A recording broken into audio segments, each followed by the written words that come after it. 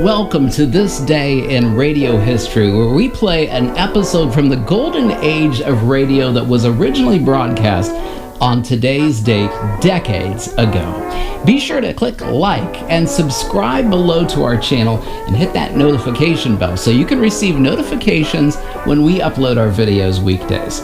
The Clock originally aired in Australia, moved to England, and then was sent on to Hollywood, California, airing on the ABC radio network.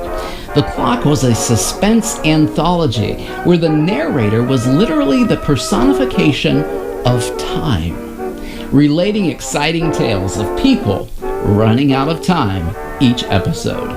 If you would like to purchase a preloaded MP3 player with The Clock episodes, or perhaps another radio show that originally aired on your birth date, an anniversary, or any other special date you have in mind, many thousands of programs are available to choose from. All you have to do is click the link below in the description or visit us online at RadioLongAgo.com.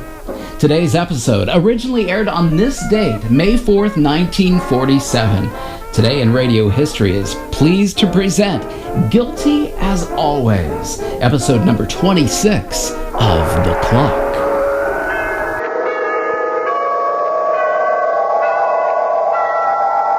Sunrise and sunset, promise and fulfillment, birth and death. The whole drama of life is written in the sands of time. We present a new series of radio programs, The Clock.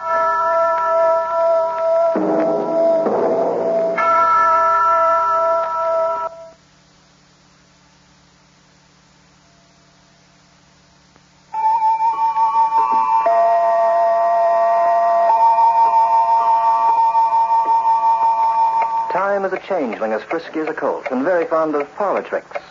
Its collaborator in practical skullduggery is the air age, which has reduced the shortest distance between 2 points to an even shorter distance. Yes, time is a practical joker, but so is nature. The old lady has a way of pulling rabbits out of a hat that sometimes makes the very stars in the heavens rock with laughter and occasionally turns the heart of mortal man to liquid ice. You sent for me, Mr. Waynard? Oh, yes, Brophy. Sit down. Cigar? Oh, thanks, Mr. Waynard. How long have you been a detective, Sergeant Brophy? 10 years, I guess. 10 years. And another 10 years from now, you'll be a lieutenant. And that's about as far as you'll go. Well, you can't expect much more in a town this size. It's not a very big place, you know. It's big enough for a man with ambition. Take me, for instance. I've been prosecuting attorney now for just 6 months. But within the next 6 months, I hope to be mayor. Well, you've got a good record, Mr. Waynard. 98% of the cases you've tried end up in convictions. 100%, Brophy. So far, I haven't missed. And I don't intend to either. Which brings me to the Lawrence case. Well, I guess that's one case you'll never get a chance to prosecute, Mr. Waynard. Why not? Because we haven't solved it. But that's ridiculous. A young girl is stabbed to death after being brutally beaten and robbed, and you say it can't be solved. Do you realize how the people in this town feel about that crime? I know. They're frightened, worried, fearful for their loved ones. They're waiting for an arrest, Brophy, and a conviction. Well, what can we do, Mr. Waynard? We haven't got a shred of evidence to work on. Brophy, Anne Lawrence's murder was one of the most publicized crimes in the county in years. And the man who puts a rope around the neck of her killer will be a hero. Well, it would be a feather in your cap, I know. I wish I could make the pinch. A feather in my cap? Why, do you realize it would ensure me the election? Well, I still say we've got nothing to work on. Then find something to work on. Dig a little deeper. Bring in a suspect. I guarantee if you bring him in, I'll see him hanged. There'd be no question, Brophy, about my career once that happened. I guess not. And no question about yours either. How would you like to be commissioner of police? Yeah, we don't have a commissioner now, Mr. Waynard. The chief's our top rank. The chief is a buttonhead. That's why I'm talking to you. And as far as the office is concerned, I'll create a commissioner of police after I'm elected. Well, that sounds good, but... Oh, just a moment, will you? Oh, Waynard speaking. Oh, yes, just a second. One of your men, Brophy. Thanks. Yeah? Uh-huh. When? And where did you pick him up? Blood on his clothes. What's up? We just picked up a tramp near the railway yard. They found blood on his coat. We'll be over in 15 minutes. Be right over, Dunnigan. What a break. I've been waiting for this. Yeah, but this guy may not have had anything to do with the Lawrence case. That's the kind of negative thinking that gets you nowhere, Brophy. It might be wiser if we both proceeded on the theory that he did.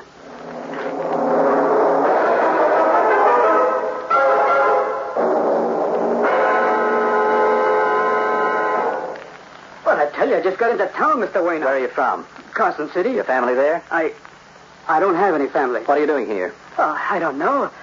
I thought maybe I could get a What about job. those bloodstains on your clothes? Why do you keep hounding me this way? I'm not a criminal. Answer Mr. Waynard's question. Where did you get those blood stains?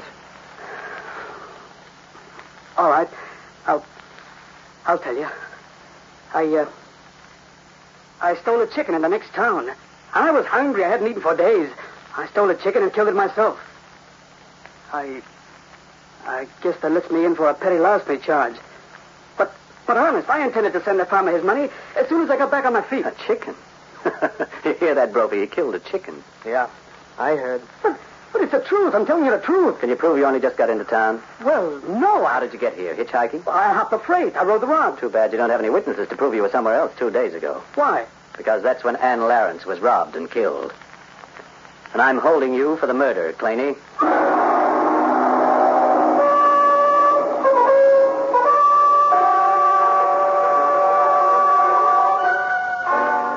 My witness said he saw a man running away about 2 blocks from where the body was found. But it wasn't me, Mr. Waynard. No? He saw him from behind, about 5'11", brown suit, narrow shoulders. Well, that could fit almost anybody. Including you? Nah. Yes. And it fits you, Claney, like a glove.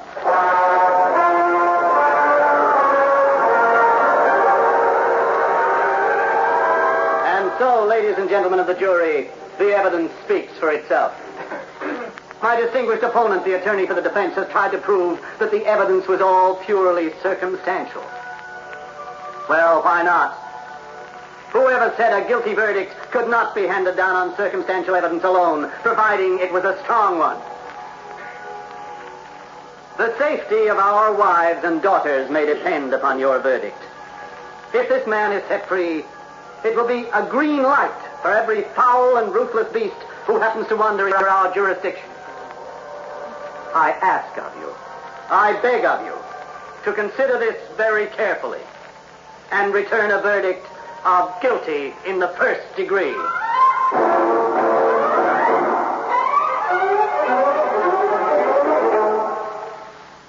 You wanted to see me, Claney?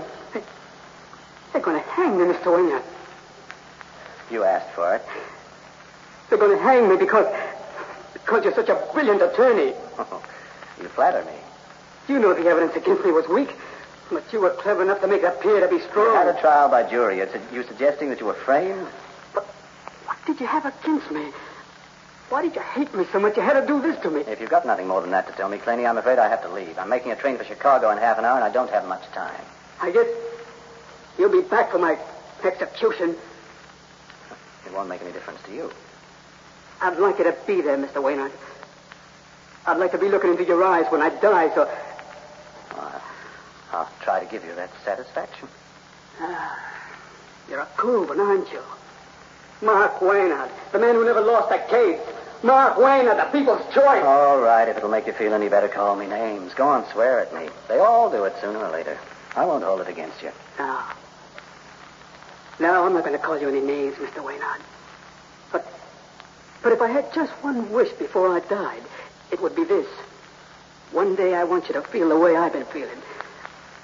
One day I'd like you to know what it means to be an innocent man, hounded, beaten, and accused of being a murderer. When you've been through that, Mr. Waynard, you'll know what I've been through, and heaven help you.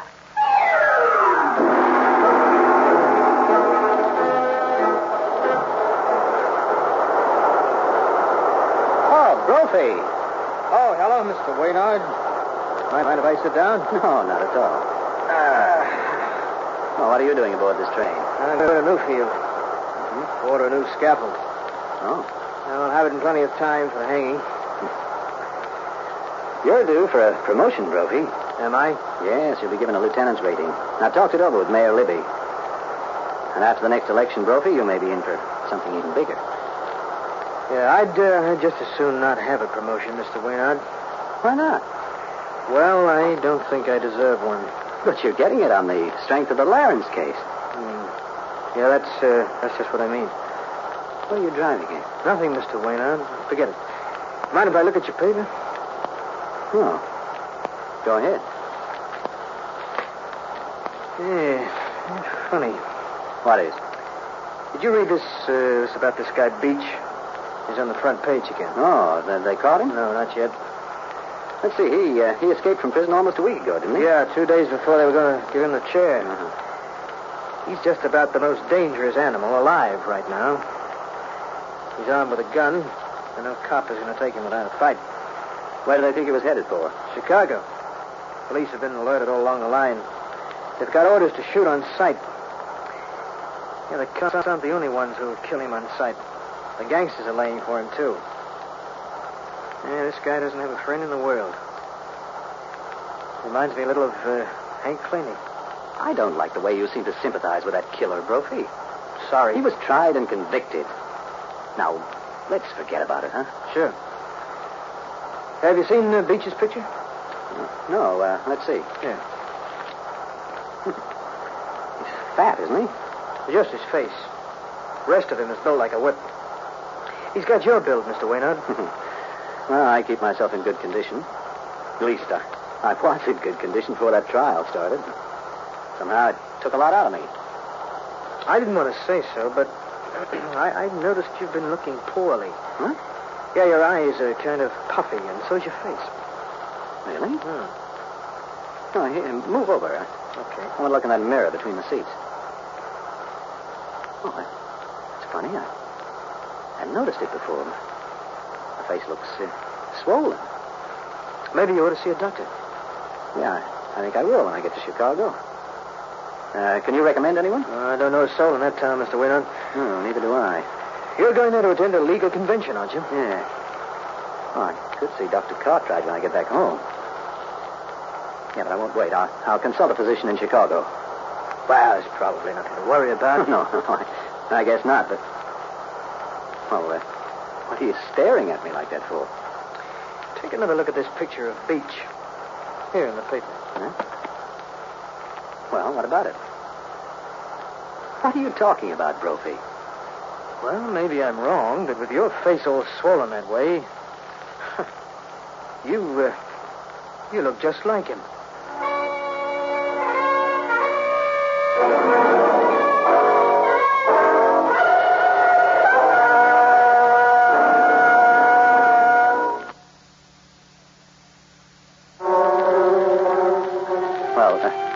What is it, Dr. Payne? What's wrong with it? Oh, it's nothing to get excited about, Mr. Waynard. Look at my face. It's puffed up like a balloon. I don't look like myself at all. It's just an allergy. You're probably allergic to, some food, perhaps. An allergy? Is that all it is? Yes, it looks bad, but it's nothing serious. It should disappear in, about a week or 10 days. Uh-huh. Where are you living while you're in Chicago, Mr. Waynard? Oh, I've got a room at the Hotel Standard, but I haven't checked in yet. I left my suitcase across the street in the station and came here directly. I'm rather worried. Naturally. Well, I suggest you consult your own physician when you get home. Uh-huh. He may be able to prevent a recurrence. Yes, well, thanks a lot, Dr. Payne. Will this cover the fee? Oh, yes. It's odd, but you seem to remind me of someone. Do I? Someone I've seen very recently. A friend, Dr. Payne? No. Wait a minute, I've just remembered. What did I do with that newspaper? There's a paper on the chair. Oh, yes, that's the one. There was a picture in here of someone this morning who... What, Dr. Payne? Why, it's amazing. This man Beach, the killer they're looking for. I don't mean any offense by this, Mr. Waynard. Well? But if I didn't know about your present condition, I'd swear this picture was yours.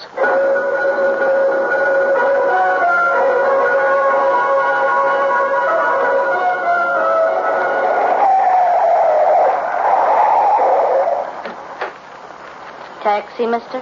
Yes, I was waiting for a cab, but I... Hop in. I'm an independent. You're... Quick, hop in. We're holding up traffic.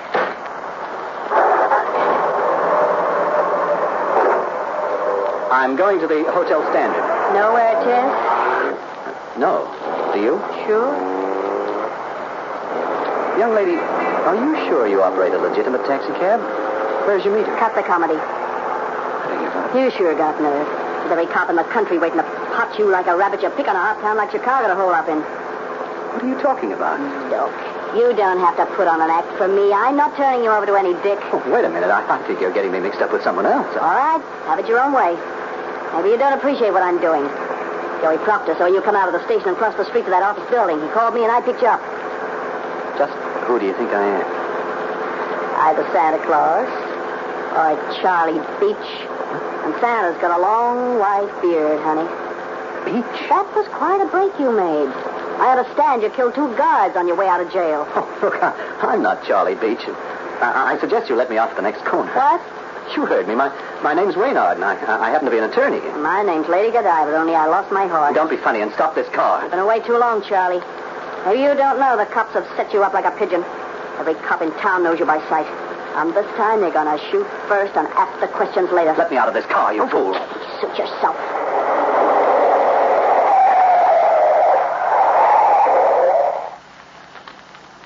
See that cop on the corner? Yeah? What about him? If you start walking in his direction, you might change your mind. Well, what are you waiting for, a big shot? It's ridiculous. I'll just go up to him and explain, that's all. Sure, go ahead. Where's my suitcase? Hey, you! He's seen us. Close that door. He's shooting at us.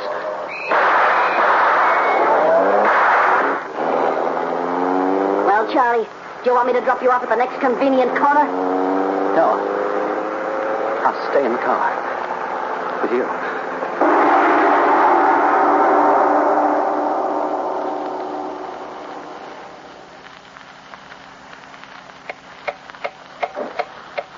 Even time moves fast when the bullets are flying, as Mark Waynard is discovering right this minute. Cigarette, Charlie? No. And I wish you'd stop calling me Charlie. I tell you, you've got the wrong man. The cop would have been surprised to hear it. Look, I have an identification in my wallet. There you are, see? My name's Waynard. There it is on the card. Where'd you steal the wallet from? Isn't it possible for me to identify myself? Can't I go into a police precinct and give myself up and then... Every isn't a chump, Charlie. The cops only fall once for a gag like that. Remember the last time some cop challenged you and you started to give yourself up? The last time? You let him get within shooting distance, and you blew his head off. Now, that ain't cricket, Charlie. And the dicks are a little peeved. You couldn't get near a cop anymore and live to talk about it. Well, if that's the spot I'm in, why are you taking such chances? Because I like you, Charlie. You're a right guy. You see, I got a sort of a personal interest. We got mutual friends. Have we? What am I going to do? If you want to leave Chicago, Charlie, you might be able to make it by riding the Ruds. You mean in a freight car? It's your only chance. I know a spot near the outskirts of the city where the freights make a stop. Then take me there. We're on our way, baby.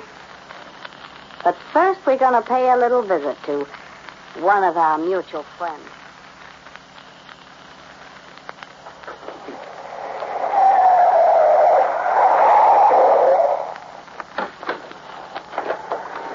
After you, Charlie. Where are we? The freight stop is just below the hill. We'll walk over this way. Through this cemetery? That's where this friend of ours lives. Look, I've changed my mind. There must be another way. Maybe I can reach that doctor who examined me. I haven't changed my mind, Charlie. What are you doing with that gun? Get moving, mister. Who are you, anyway? Keep walking. What's your name? Dolly. The last name, Charlie, is Cal. Cal. Remember Harry Cal? No. You're just getting absent-minded. Well, this is far enough, Charlie. Turn around and look at the stone behind you. You can read, can't you? Harry Cal, it says, born July 8, 1909. Died March the 12th, 1945. The only thing it doesn't say is how he died. Are you his wife? I was for 3 months. And you decided to make me a widow, Charlie. And now you know why I've been saving you from the cops, baby. I wanted to have the pleasure of killing you myself. What are you going to do? Give you a taste of what Harry got. Only you're getting a break. You shot him in the back, Charlie. I'm giving you a chance to see what's coming. I tell you, I'm not Charlie Beach. I didn't kill your husband. Can't you believe me? Go on, Crawl. I like to watch it. Look, do you know what circumstantial evidence is? It's something you can't take for granted. You need more proof. I only look like Beach to you, but I'm someone else. You can't kill me because you've mistaken me for someone else. I made no mistake. So long, Charlie. I might give Harry my love. You see him. It's Beach! Shoot the killers! Don't let Beach get away. He only hit the day.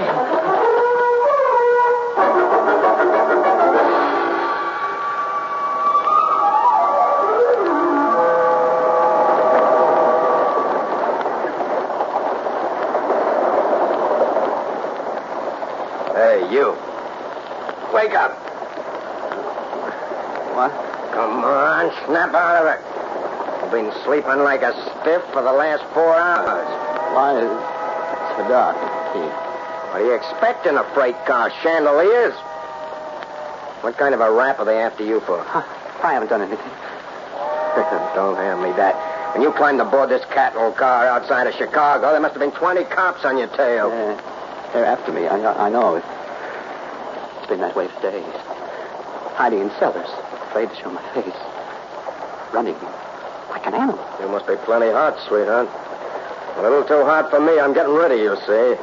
You're leaving this freight car the next time it stops. No, please. They'll kill me. That's just too bad, sweetheart, but I ain't taking a rap for you. No. I guess it doesn't matter anymore. Maybe this is the way it's supposed to be. What are you talking about? I can't escape it, and I'm too tired to try again. They're slowing down. Okay, on your feet, sweetheart. I can't see it. It's dark. Okay, mister. When I slide this door back, start running. There he is! No, don't shoot. I'm not.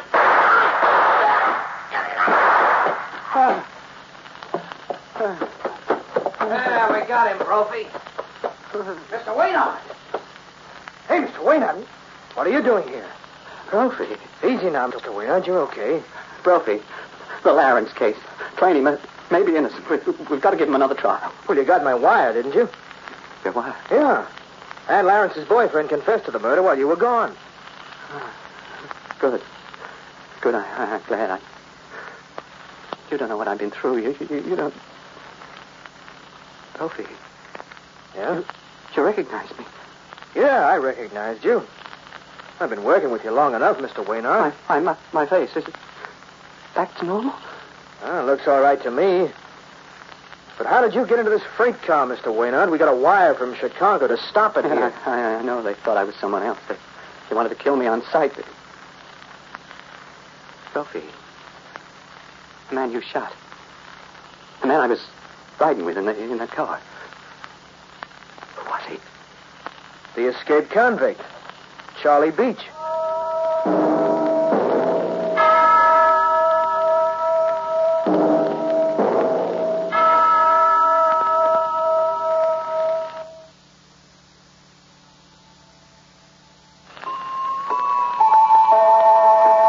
And that's the story of Mark Waynard as recorded on The Clock. Coincidence? Well, perhaps, but an uncle of mine can testify to the veracity of that story. He occupies a prominent position on the courthouse wall of a small Midwestern town, and he's often watched a brilliant young lawyer plead his cases. But Mark Waynard isn't prosecuting attorney anymore. He's now counsel for the defense. The Clock will be heard again next week, same time. This program was written by Lawrence Klee and starred Hart McGuire as the voice of the Clock. As Mark Waynard, you heard John Bushell. As Brophy, Ken Wayne. Others were Al Garcia, Len Teal, Margaret Christensen, and Owen Weingott. The Clock, directed by John Saul, is a Grace Gibson radio production. Radio.